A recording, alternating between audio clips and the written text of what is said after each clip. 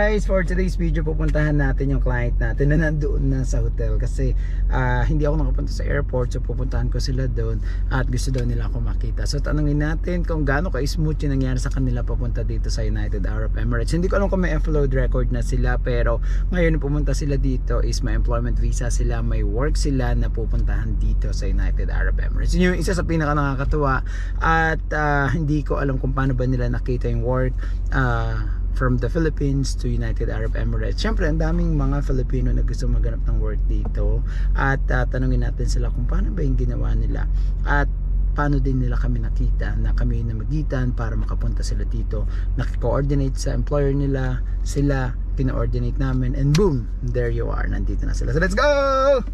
Guys, finally nandito na ako sa Premier Inn. Dito sila naka-stay, so papark lang tayo for a while and then vlog natin sila at kakamustahin. So let's go. Guys, finally nandito na po si Mr. Richie. Miss Richie, kala ko ano. And Mr. Kasper, kamusta po? Kamusta po ang biyahe nyo? Ako na po na i-vlog ko kayo na content. Guys, finally nandito na rin po si Miss Richie at si Sir Castor dito sa United Arab Emirates. Tabi ko tayo na para po ano. So, para close. Hindi kasi ako nakapunta sa airport. So ngayon, nandito na sila. So, kamusta naman po yung biyahe nyo? Masakit sa puwet. Mahaba-haba po na. Mahaba-haba ang 9 hours kasi maliit yung upuan. May question po ako. Na-offload na po ba kayo before? No. Hindi talaga. Pero madaming curious na mga kababayan natin. Paano nyo po nakita yung work? Yung work? Kasi sa akin kasi client ko siya. Then sa freelancing space kasi ako din. Yung client ko para may business partnership to mag-start ng business there. So yun. Inas niya ako gusto ko dito. Then yun. Diretso na. Talaga. Wait lang po. So yun nga po. Anong client niyo po saan? Ano po yung ginagawa niyo po ba before? Sa sales. Mga consulting ng mga sales professionals, business owners. Ay, wow! Different, like 15 plus countries na ganyan. So parang pati po ako dapat pa naman magpa-mentor sa inyo kung ganyan. Kayo naman po, Miss Richie. Naghanap lang ako ng online job kasi gusto ko work from home. Nakita ko yun sa LinkedIn. Tapos, kasama naman sa posting nila na eventually kapag nagustuhan nila yung work mo, ililipat na nila sa Dubai.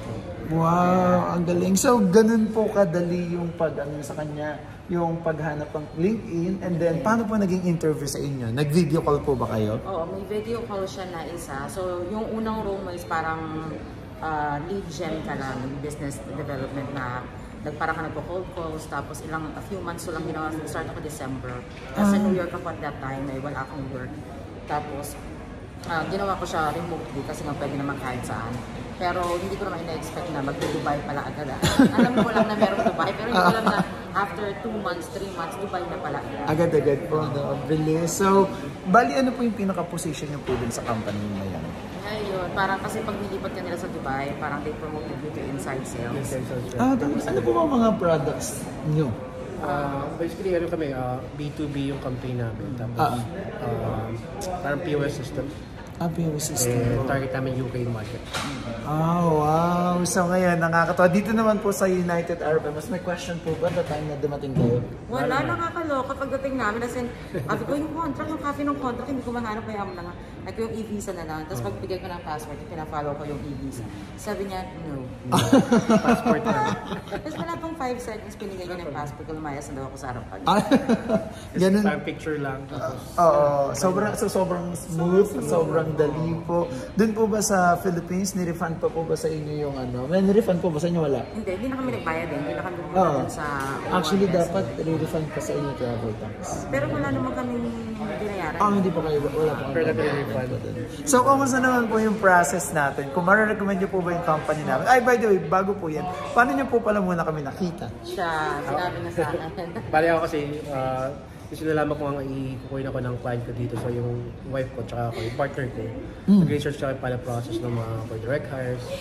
And yun, nakita ko nga yun sa'yo, kasi mga vlog mo, you're helping din yung mga kababayan natin. Like, gusto nila pumunta dito. So yun, message kita, then yun. Yeah, We'll say like that. tapos so online, so, asawa po talaga. So in the future, kukunin niyo din po asawa niyo. Mashallah, so pwede family visa. Yeah. Pag may Emirates ID na kayo, agad-agad. 2 to 3, mas mabilis yun. Kami America, Ay, hindi po pwede. Kailangan pakasal po. So may wedding muna tayo. Oo, may kasalan po muna Pero may mangyayari. quarters visa na pwede yan. Opo, family visa po ang tawag doon sa ano. Kung kasalan po kayo, may marriage certificate, mga complete documents. Basta marriage certificate po ang pinakamahalaga. Ang processing lang po is 2 to 3 working days. Tapos pwede na siya lumipadagan. Hindi na kailangan yung kung ano-ano po matagal kasi medyo sa inyo. Actually sa kanya kasi parang medyo na parang tawag doon? Medyo parang pakinahal kami ng law. Tapos yun nga, nakita ka namin. Tapos message kita, then message ko din to, refer ko parang yun. Medyo nagmamadali kasi parang sige na nga gawin na natin yung kahit malaki yung gastos pero kaya ba natin ano na lang yung time natin parang gano'n. Opo, pero ito kasi mas okay na to kaysa mag-tourist visa kayo papunta dito. In the future, magpapa-verify pa kayo ng contract sa consulate. Pero pag ganito, no need na kayo magpa-verify kung uuwi man po kayo sa Pilipinas. Kasi kahit 20 years, 30 years, o ilang years kayo sa company, as long as same company, same OEC, so wala pong problema. Easy na lang. Yeah, OEC na lang. Next time po, ang kukunin niyo pag-uwi is OEC exemption na lang, which is online na lang po siya. So kayo po, may iniwan po kayo na family sa Pilipinas? Yung kapatid ko lang, pero meron akong partner, kailangan ko din siyang ipunta dito. Nasaan po siya? Nasa Pilipinas? Nasa Bulacan. So, ipahanap ko din siya, tsaka kausapin kita later. Yeah. Matulungan pa din siya. Opo, ano po bang working experience niya? Dito na natin mag-usapan. Sa online, recruitment.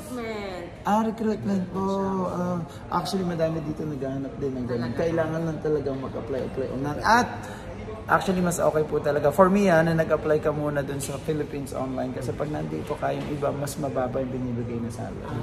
Talagang pag kumuha yung mga tao sa Philippines, ibig sabihin, they are getting the best of the best Filipino. Kasi pag nandito, to be honest, kung sino lang yung market, kung sino nandito, parang, sige, ipilit na natin, turuan na lang natin sa yung mangyayari. Ito-train na lang, which is, for me, parang na-realize ko na mas okay pa rin yung experience sa tao. Kung mag-hire ka na, then the best of the best Filipino na. Diba? So, nakagala na po ba kayo dito? Hindi pa minute. Kagabi lang. Kami ng mga food. Pero medyo ano po dito sa pinunta.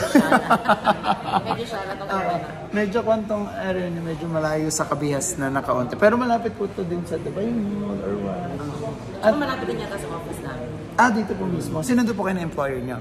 Tomorrow. Hindi niyo pa po sila namin meet. Kasi parang masyadong late na dumating kami kasi na-delay yung flight namin.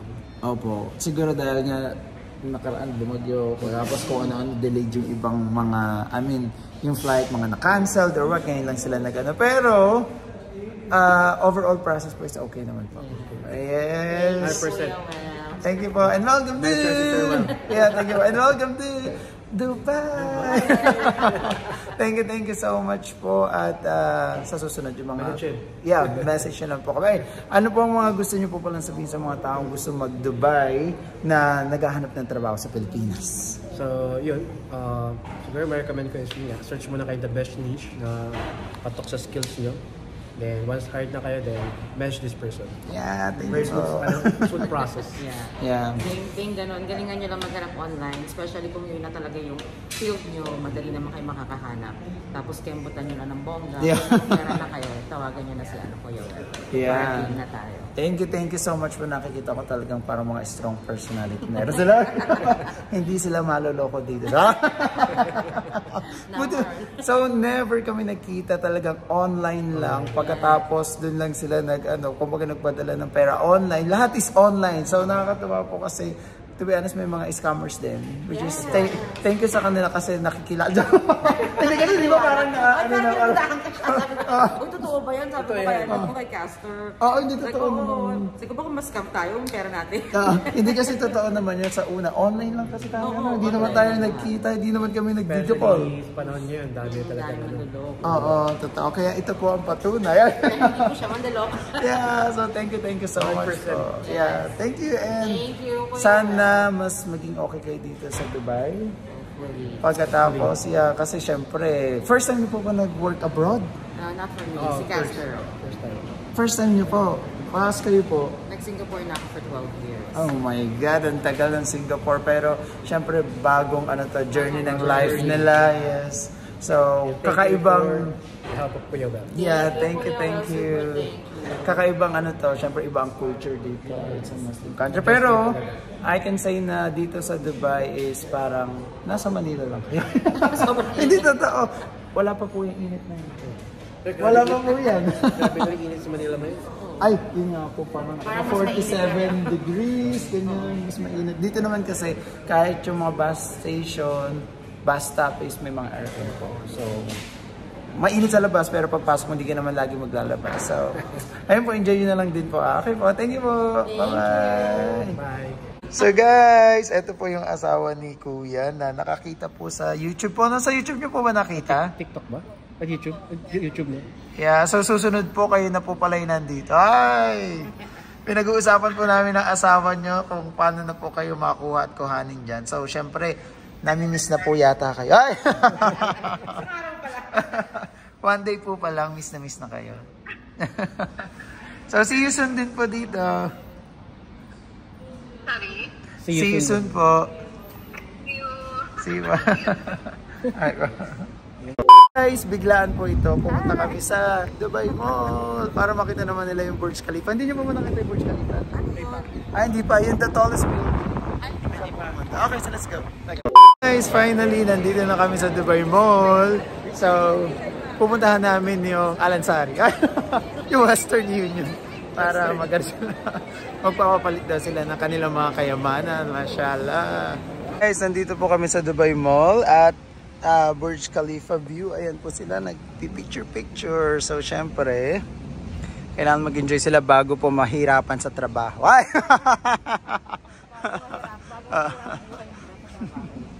Guys, ayan, galing po kami dito sa Emirates Palace. So, konting tour po kila ate at kuya bago mag-start ng work. Let's go! Guys, eto kami sa Burj Khalifa.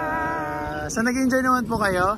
Yes, sir. Yeah, so... Mainit lang, nakakabasa ng kilikili. Yeah, pinagod ko po sila for today's video. Biglaan po ito. So, let's go! So guys, finally natapos na po kami sa gala for today's biglaan. Ay, nakakuha po siya. So thank you po. Thank you po. Ingat po kayo. Message lang po kayo Okay, bye. Ingat po. Ingat po. Ingat po. Nakaon pala yun.